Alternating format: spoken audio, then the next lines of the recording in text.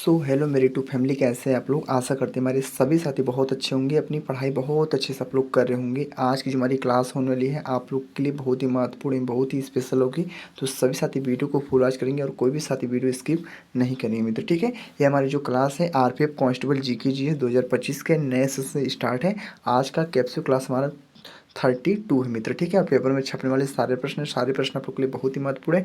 किसी प्रश्न को अनदेखा मत कीजिएगा आप लोग, ठीक है। पहले आप लोग क्या कीजिए, 5 से 6 प्रश्नों को अच्छे से क्लियर कीजिए। जो आप लोग के अंदर एक डर बैठा है कि आप लोग के लिए महत्वपूर्ण क्लास है या नहीं मित्र, ठीक है, वो आप लोग का डाउट खत्म हो जाएगा मित्र, ठीक है। तो पहले आप लोग क्या कीजिए, 5 से 6 प्रश्नों को अच्छे से क्लियर कीजिए। बाकी आप लोग को पता है कि हम लोग किरण पब्लिकेशन की बुक से पूरी 41 सेट यानी पूरी 41 पीवाईक्यू सेट को हमने पूरे 88 पार्ट में कवर किया। और सारी वीडियो हमारे प्लेलिस्ट में RPF constable GK GS PYQ series के नाम से प्लेलिस्ट बनी हुई है। वहाँ पे सारी वीडियो आप लोग को मिल जाएंगे। उस वीडियो को जरूर से जरूर देख लेना आप लोग के लिए, क्योंकि वह वीडियो आप लोग के लिए बहुत ही महत्वपूर्ण थे मित्र, ठीक है। तो चलते हैं, हम स्टार्ट करते हैं प्रश्न को। प्रश्न हमारे कितने महत्वपूर्ण आप लोग ध्यान से पढ़ने का प्रयास करें और सभी हमारे साथी उत्तर देंगे साथी, ठीक है। और कोई भी साथी तुक्का का प्रयोग करता ही नहीं करेगा, इतनी बातों को ध्यान रखना आपको, ठीक है। बाकी जो हमारे साथी मित्र भाई बहन लोग चैनल पर नए अभी तक चैनल से जुड़े नहीं है, चैनल सब्सक्राइब नहीं किए, वो चैनल सब्सक्राइब कर लें। बाकी बेल आइकन को प्रेस कर दें, वीडियो का जो नोटिफिकेशन होता है सबसे पहले आपके पास आएगा मित्र, ठीक है। तो चलते हम स्टार्ट करते हैं पहले प्रश्न से। पहले प्रश्न को बहुत ही ध्यान से पढ़िए आप लोग। पहला प्रश्न हमारा क्या बोला है कि हरित क्रांति भारत की किस पंचवर्षीय योजना के दौरान आरंभ की गई थी।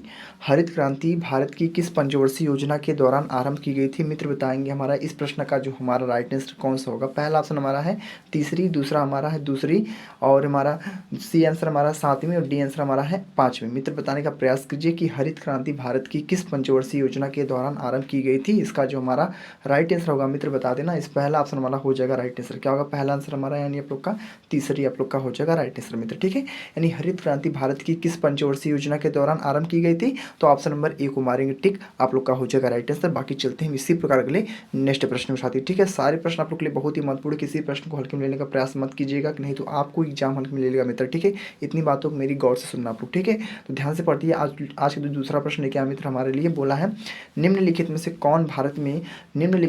कौन भारत में नीति आयोग का पदेन अध्यक्ष है।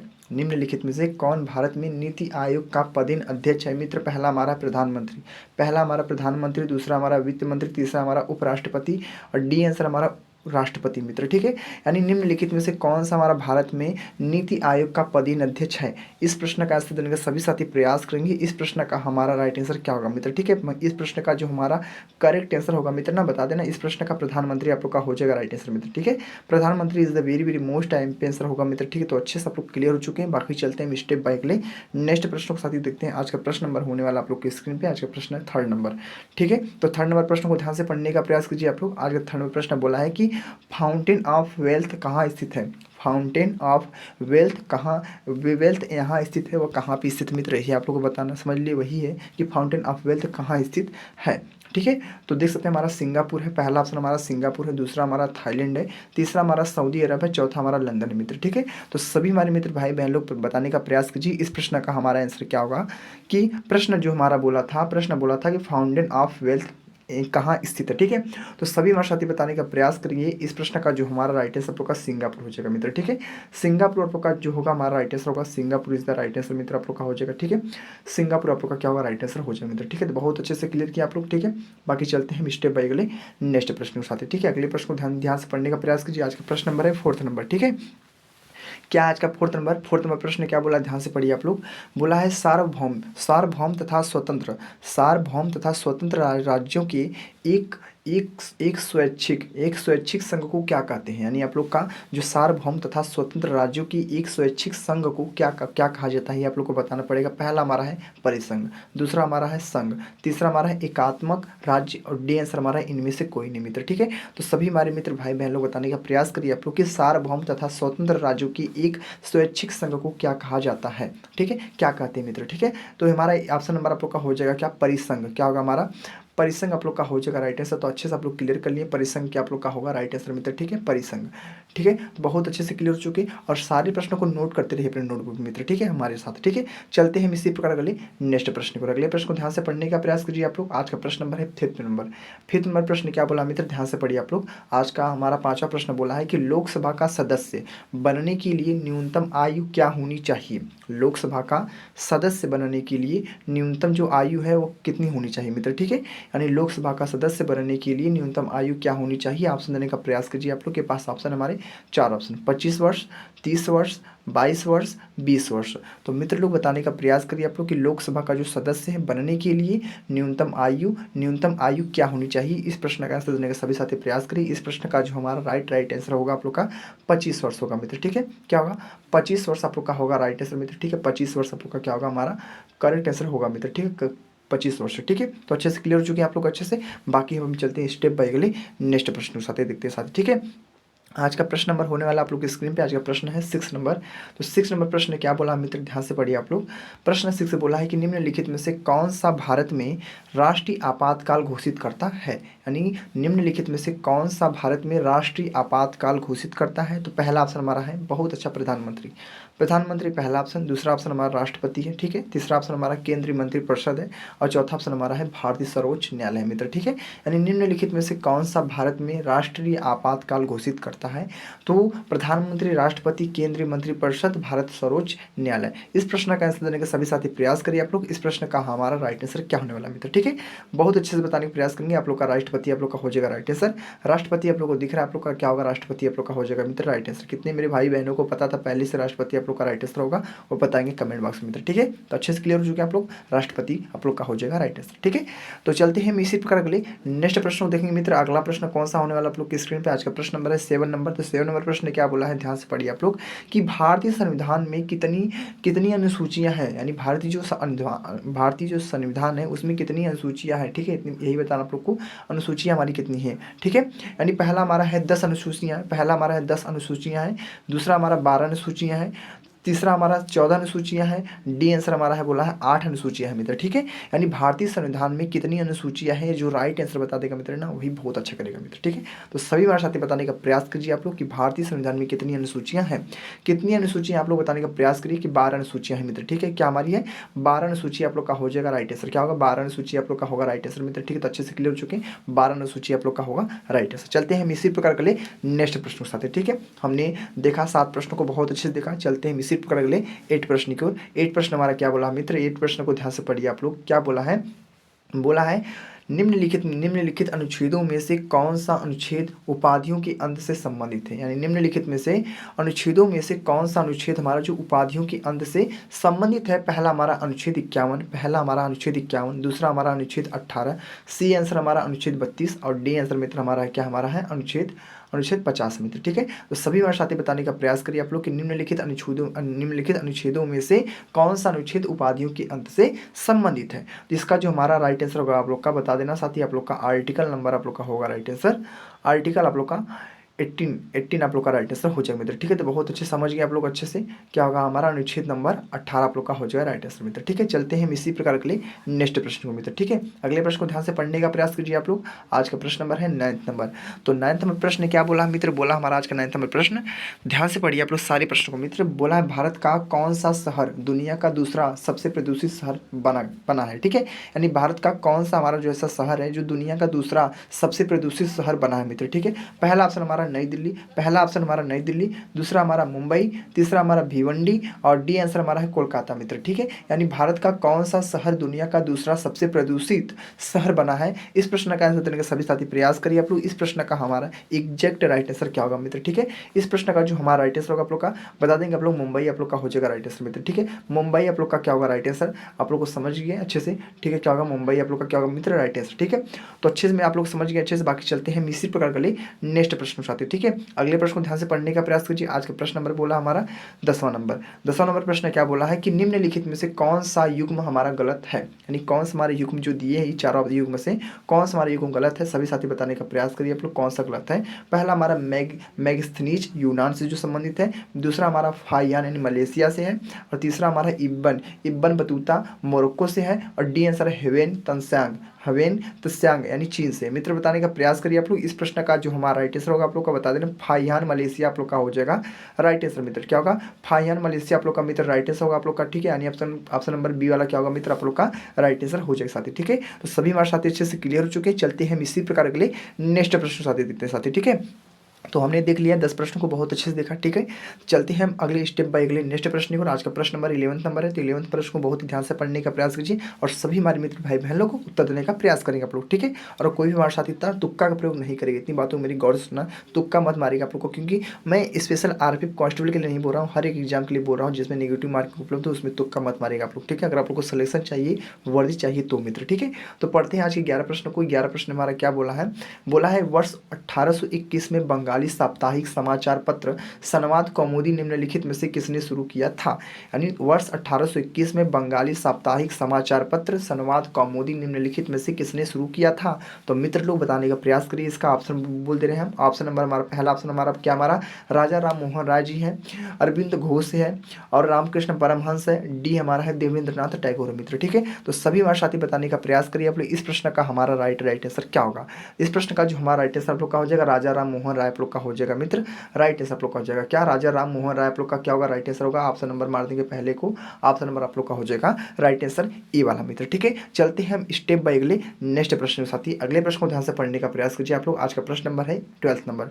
12 नंबर प्रश्न क्या बोला है मित्र, विजयनगर की राजा कृष्णदेव राय की, विजयनगर की राजा कृष्णदेव राय की रचना अमुक्त लायत किस भाषा में लिखी गई है। यानी विजयनगर की जो राजा कृष्णदेव राय जी हैं उनकी रचना अमुक्त मलयात किस भाषा में लिखी गई है। तो इसका ऑप्शन नंबर पहला हमारा तेलुगु है, पहला ऑप्शन हमारा तेलुगु है, दूसरा हमारा मलयालम है, तीसरा हमारा तमिल है, चौथा हमारा कन्नड़ मित्र, ठीक है। तो सभी हमारे साथी बताने का प्रयास कीजिए कि विजयनगर की राजा कृष्णदेव राय जी रचना अमुक्त मालयत किस भाषा में लिखी गई है। तो सभी हमारे साथी बताने का प्रयास करेंगे। इस प्रश्न का जो हमारा राइट आंसर सबका तेलुगु हो जाएगा। क्या होगा मित्र हमारा तेलुगु आप लोग का होगा मित्र राइट आंसर, तेलुगु आप लोग का हो जाएगा राइट आंसर, ठीक है। बहुत अच्छे से आप लोग क्लियर किए। चलते हैं हम इसी प्रकार के लिए नेक्स्ट प्रश्न के साथ, ठीक है। अगले प्रश्न को ध्यान से पढ़ने का प्रयास करेंगे आप लोग, ठीक है। तो आज का प्रश्न नंबर है हमारा 30 नंबर, यानी आप लोग का प्रश्न नंबर 13 मित्र। 13 प्रश्न को ध्यान से पढ़ने का प्रयास करिए आप लोग। आज का 13 प्रश्न जो हमारा बोला है क्या बोला है, कांसे की जो नर्तकी की मूर्ति है, कांसे की नर्तकी की जो मूर्ति है निम्नलिखित में से किस सभ्यता में पाई जाती है मित्र, ठीक है। तो सभी हमारे साथी बताने का प्रयास करेंगे आप लोग कि कांसे की नर्तकी की मूर्ति निम्नलिखित में से किस सभ्यता में पाई जाती है। साथ ही ये प्रश्न आप लोग के लिए बहुत ही महत्वपूर्ण है और ऐसे प्रश्न आना आपके एग्जाम में बहुत ज्यादा रिपीट होती है मित्र, ठीक है। इतनी बातों को ध्यान रखना आप लोग। पहला हमारा सिंधु घाटी सभ्यता से है, दूसरा हमारा पारस की सभ्यता से है, तीसरा हमारा मिस्र की सभ्यता से है और डी आंसर हमारा है मेसोपोटामिया की सभ्यता से मित्र, ठीक है। यानी कांसे की जो नर्तकी की मूर्ति हो निम्नलिखित में से किस सभ्यता में पाई जाती है मित्र। बहुत अच्छा प्रश्न है आप लोग का, बता सकते हैं सभी हमारे साथी भाई बहन लोग कि सिंधु घाटी सभ्यता में कांसे की नर्तकी की मूर्ति पाई जाती है मित्र, ठीक है। यानी मोहनजोदड़ो में मित्र, ठीक है। तो ऑप्शन नंबर हमारा हो जाए क्या, ऑप्शन नंबर ए वाला आप लोग का मित्र राइट आंसर होगा। बहुत अच्छे से क्लियर हो चुके हैं आप लोग, ठीक है। तो चलते हैं हम इसी प्रकार के लिए नेक्स्ट प्रश्न, ठीक है। अगले प्रश्न को ध्यान से पढ़ने का प्रयास कीजिए आप लोग। आज का प्रश्न नंबर होने वाला आप लोग की स्क्रीन पे कौन सा है प्रश्न नंबर है 40 नंबर, यानी आप लोग का 14 प्रश्न मित्र। 14 प्रश्न क्या बोला है ध्यान से पढ़िए आप लोग कि बोला है किन्हें एशिया का प्रकाश भी कहा जाता है। किसको हम एशिया के प्रकाश भी बोलते हैं मित्र, बताने का प्रयास कीजिए कि किसे हम एशिया का प्रकाश भी कहते हैं, ठीक है। यानी गौतम बुद्ध को कहा जाता है, पहला ऑप्शन गौतम बुद्ध, दूसरा हमारा ईसा मसीह, तीसरा हमारा पैगंबर मोहम्मद जी है और स्वामी विवेकानंद जी है, यानी आप लोग का डी आंसर मित्र, ठीक है। यानी किन्हें एशिया का प्रकाश भी कहा जाता है। इस प्रश्न का आंसर बताने का सभी हमारे मित्र भाई में लोग प्रयास करेंगे। इस प्रश्न का हमारा उत्तर क्या होने वाला है, किन्हें एशिया का प्रकाश भी कहा जाता है। तो ऑप्शन नंबर मार देंगे आप लोग पहले को, यानी आप लोग का गौतम बुद्ध हो जाएगा, ठीक है। तो क्या होगा गौतम बुद्ध आप लोग का क्या होगा मित्र राइट आंसर होगा। एशिया का जो हमारा क्या हमारा बोला है कि किन्हें एशिया का प्रकाश भी कहा जाता है, तो गौतम बुद्ध को कहा जाता है मित्र, ठीक है। तो आसान शब्दों आप लोग को मैंने बता दिया। हमने 14 नंबर प्रश्न को बहुत अच्छे से देखा। चलते हैं हम इसी प्रकार के लिए 15 नंबर प्रश्न को देखते हैं मित्र, ठीक है। तो आज का हमारा 15 नंबर प्रश्न क्या बोला है, पृथ्वी का रिलेटेड प्रश्न आप लोग का, यानी बोला है पृथ्वी के दोनों ध्रुव को छूने वाली काल्पनिक रेखा क्या कहलाती है मित्र, ठीक है। यानी हमारा पृथ्वी के दोनों ध्रुव को छूने वाली वाली जो हमारी काल्पनिक रेखा है वह क्या कहलाती है मित्र, ठीक है। सभी हमारे साथी बताने का प्रयास करेंगे इस प्रश्न का हमारा राइट आंसर क्या होने वाला मित्र, ठीक है। बहुत अच्छा प्रश्न है और बहुत ही स्पेशल प्रश्न साथी, ठीक है। यानी आपका हमारा पहला ऑप्शन हमारा देशांतर है, दूसरा हमारा अक्षांश है, तीसरा हमारा है समताप रेखाएं हैं, डी आंसर हमारा है समताप रेखाएं मित्र, ठीक है। यानी पृथ्वी के दोनों ध्रुव को छूने वाली जो काल्पनिक रेखा है वो क्या कहलाती है, इसका हमारा राइट आंसर आप लोग का देशांतर हो जाएगा। क्या होगा, देशांतर कहलाती है मित्र। ऑप्शन नंबर क्या मारेंगे, ऑप्शन नंबर ए को मारेंगे, राइट आंसर आप लोग का हो जाएगा option number A is the very very most time पे आंसर हो जाएगा मित्र, ठीक है, देशांतर, ठीक है। तो चलते हैं हम इसी प्रकार के लिए नेक्स्ट प्रश्न को देखेंगे मित्र। आज का प्रश्न नंबर होने वाला आप लोग की स्क्रीन पे आज का प्रश्न नंबर 16 नंबर यानी आप लोग का 16वां प्रश्न मित्र क्या बोला है, ध्यान से पढ़िए आप लोग। आज का 16 नंबर प्रश्न बोला है कि निम्नलिखित में से किस तिथि पर उत्तरी गोलार्ध में ग्रीष्मकाल अयनांत को देखा जाता है। यानी निम्नलिखित में से किस तिथि पर उत्तरी गोलार्ध में ग्रीष्मकाल अयनांत को देखा जाता है। तो ऑप्शन नंबर क्या हमारा राइट आंसर होगा, पहला हमारा है 5 अगस्त, दूसरा हमारा 21 जून, तीसरा हमारा 18 जुलाई और डी आंसर मित्र हमारा क्या हमारा 18 दिसंबर मित्र, ठीक है। यानी निम्नलिखित में से किस तिथि पर उत्तरी गोलार्ध में ग्रीष्मकाल अयनांत को देखा जाता है, इसका ऑप्शन नंबर बहुत अच्छे से बता सकते हैं आप लोग। इस प्रश्न का जो हमारा राइट आंसर होगा मित्र, ठीक क्या होगा, आप लोग को बता दें 21 जून आप लोग का हो जाएगा राइट आंसर मित्र, ठीक है। क्या होगा, 21 जून आप लोग को दिख रहा है, 21 जून आप लोग का मित्र हमारा राइट आंसर हो जाएगा, ठीक है। तो बहुत अच्छे से क्लियर किए, 21 June is the very very most time पे आंसर होगा मित्र, ठीक है। तो हमने 16 प्रश्न को अच्छे से क्लियर किया। चलते हैं इसी प्रकार के लिए नेक्स्ट प्रश्न के साथ, ठीक है। अगले प्रश्न को ध्यान से पढ़ने का प्रयास कीजिए। आज का प्रश्न नंबर कौन सा हमारा, आज का 17 प्रश्न है, आप लोग का 17वां प्रश्न मित्र क्या है। 17 प्रश्न हमारा जो बोला है आपके लिए क्या बोला है निम्नलिखित में से कौन सा युग्म, निम्नलिखित में से कौन सा हमारा ऐसा युग्म है जो सही है, सही पूछा, ठीक है। इतनी ध्यान रखना आप लोग, सही पूछा, ठीक है। कौन सा हमारा युग्म है जो सही है। तो पहला ऑप्शन हमारा है 38वां समानांतर चीन तथा 38वां समानांतर चीन तथा उत्तर कोरिया से संबंधित है। दूसरा हमारा है 49वां समानांतर संयुक्त राज्य अमेरिका तथा कनाडा से संबंधित है। सी आंसर हमारा है डूरंड रेखा यानी भारत तथा अफगानिस्तान से संबंधित है। और डी हमारा है रेड क्लिफ रेखा भारत तथा श्रीलंका से संबंधित है मित्र, ठीक है। तो सभी हमारे साथी बताने का प्रयास करेंगे कि निम्नलिखित में से कौन सा हमारा युग्म जो सही है। तो ऑप्शन नंबर मार देंगे आप लोग, इसका आंसर नंबर आप लोग का हो जाएगा पहला दूसरा वाला, ठीक है। यानी 49वां समानांतर युक्त राज्य अमेरिका तथा कनाडा आप लोग का राइट आंसर हो जाएगा मित्र, ठीक है। तो अच्छे से आप लोग क्लियर किया, आप लोग देख सकते हैं हमारा कौन सा ऑप्शन नंबर होगा।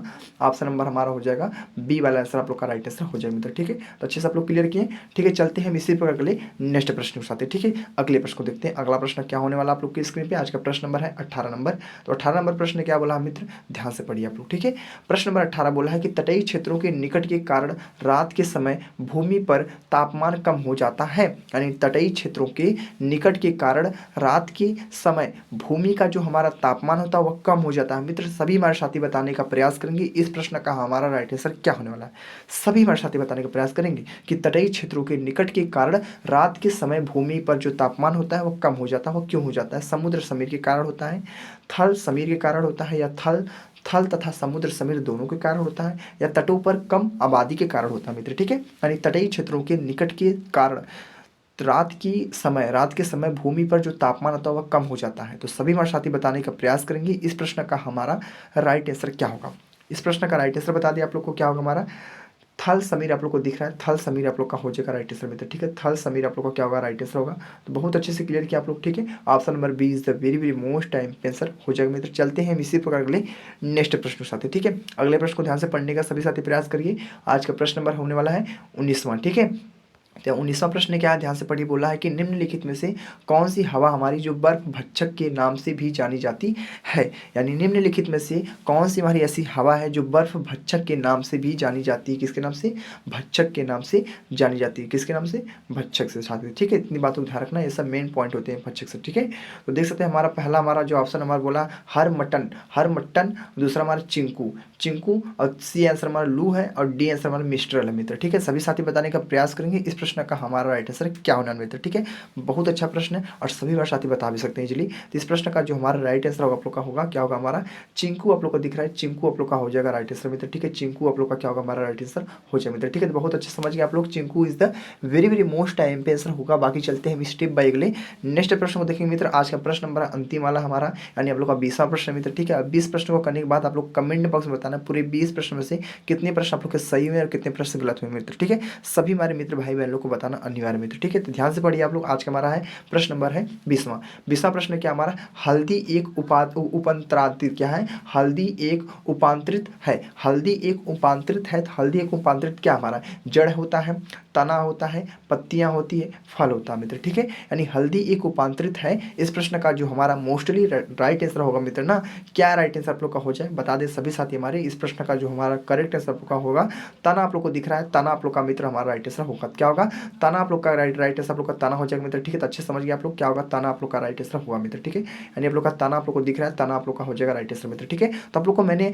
आप लोग को देखा, हमने पूरी 20 प्रश्नों को बहुत अच्छे से आप लोग को समझा दिया मित्र, ठीक है। बहुत ही कम शब्दों मित्र, ठीक है। और इसी वीडियो में ना आशा करते हैं सारे प्रश्नों को आप लोग रट लिए होंगे, क्योंकि ऐसे प्रश्न आपको मिलेंगे मित्र, ठीक है। क्योंकि मैं जितने प्रश्न बता रहा हूँ सारी किरण पब्लिकेशन की बुक से जो स्पेशल रेलवे के लिए ही बनी होती है किरण पब्लिकेशन बुक मित्र, बहुत ज़्यादा महत्वपूर्ण आप लोग के लिए बुक है, ठीक है।